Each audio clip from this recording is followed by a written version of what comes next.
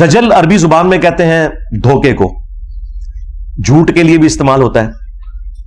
اور یہ جو دجال ہے اسے المسیح الدجال کہا گیا ہے، یعنی جھوٹا مسیح. سچے مسیح کون ہے؟ عیسیٰ ابن مریم علیہ السلام. اور جھوٹا مسیح کون ہے؟ المسیح الدجال، جو بالکل قرب قیامت میں آئے گا.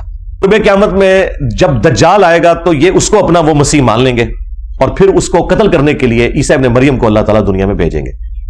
لہذا یہ جو پرسنالٹیز ہیں یہ دو ہیں، ایک عیسیٰ مسیح ہے جو اوریجنل مسیح ہے، اور ایک ہے مسیح الدجال جو جھوٹا مسیح ہے جسے ہم دجال کہتے ہیں. یہودیوں کا لیڈر وہ مسیح ہوگا جو دجال ہے، اور مسلمانوں کا اور کرسچنز کا لیڈر، کیونکہ کرسچنز بھی اسلام قبول کر لیں گے. یہ اب الگ سے ایک ٹاپک ہے، میں آج عیسیٰ ابن مریم والے ٹاپک کو ڈسکس نہیں کر رہا، ورنہ ایک گھنٹہ اس کے لیے الگ چاہیے. دجال کے ٹاپک کو فی الوقت ٹچ کر رہا ہوں. تو یہ عیسیٰ ابن مریم اسے قتل کریں گے. وہ تفصیلی احادیث موجود ہیں بخاری اور مسلم کے اندر. میں چند ایک احادیث کور بھی کر دوں گا آج انشاءاللہ تعالی. دجال کے حوالے سے بخاری اور مسلم میں درجنوں احادیث ہیں. بخاری مسلم دونوں میں حدیث ہے کہ تمہارا رب کانا نہیں ہے لیکن دجال کانا ہوگا. اچھا، یہ بعض جگہ آپ نے تصویر دیکھی ہے، وہ ماتھے پہ آنکھ دکھائی ہوئی ہے، اس طرح کا نہیں ہوگا دجال. ہاں، دجال کی آنکھ اپنی جگہ پہ ہی ہوگی، لیکن ایک آنکھ اس کی جو دائیں آنکھ ہے وہ ابری ہوئی ہوگی، یہاں سے وہ کانا ہوگا اور ایک آنکھ سے وہ دیکھے گا. آنکھیں دونوں ہوں گی لیکن یہ ایک ابرے ہوئے انگور کے گوشے کے مانند اس کا ایک نکلا ہوا ڈھیلا ہوگا، آنکھ اس کی ایک سلامت ہوگی، تو وہ کانا ہوگا. اور تمہارا رب کانا نہیں ہے.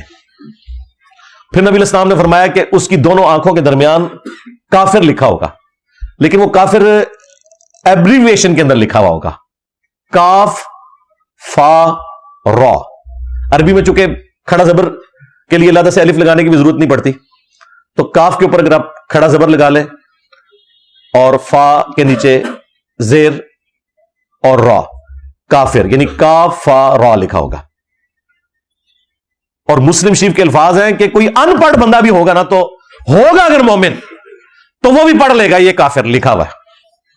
ہاں، اور اس میں ایڈ کرنے لگا ہوں، یہ ہے وہ اجتہاد جو کرنے والا کہ کوئی مفتی بھی ہو اگر وہ دنیا کا کتا ہوا تو وہ کافر پڑھ نہیں سکے گا،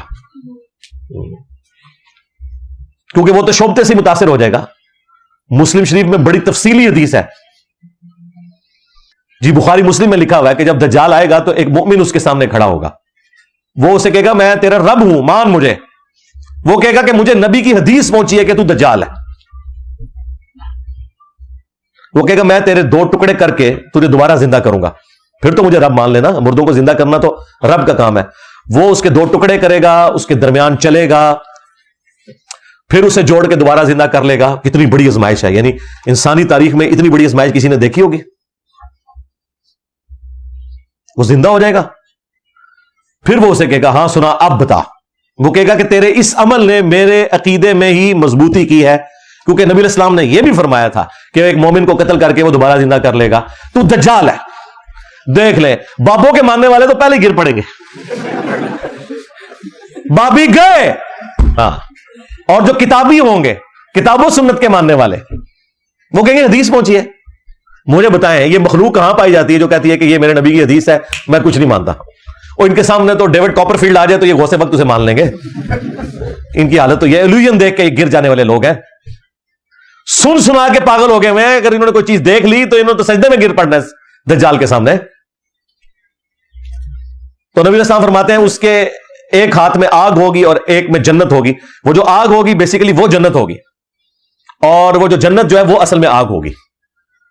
تو وہ دوبارہ اسے قتل کرنے کی کوشش کرے گا، قتل نہیں کر سکے گا. پھر وہ اسے اٹھا کے آگ میں پھینک دے گا، یعنی اپنی اس جنت کے اندر جو اوریجنل جنت ہوگی لیکن اس کی وہ آگ ہوگی، اپنی طرف سے آگ میں پھینکے گا اور وہ بندہ جنت میں پہنچ جائے گا. اور نبی علیہ السلام نے فرمایا وہ اس وقت کا سب سے بہترین شہید ہوگا، سید الشہداء ہوگا.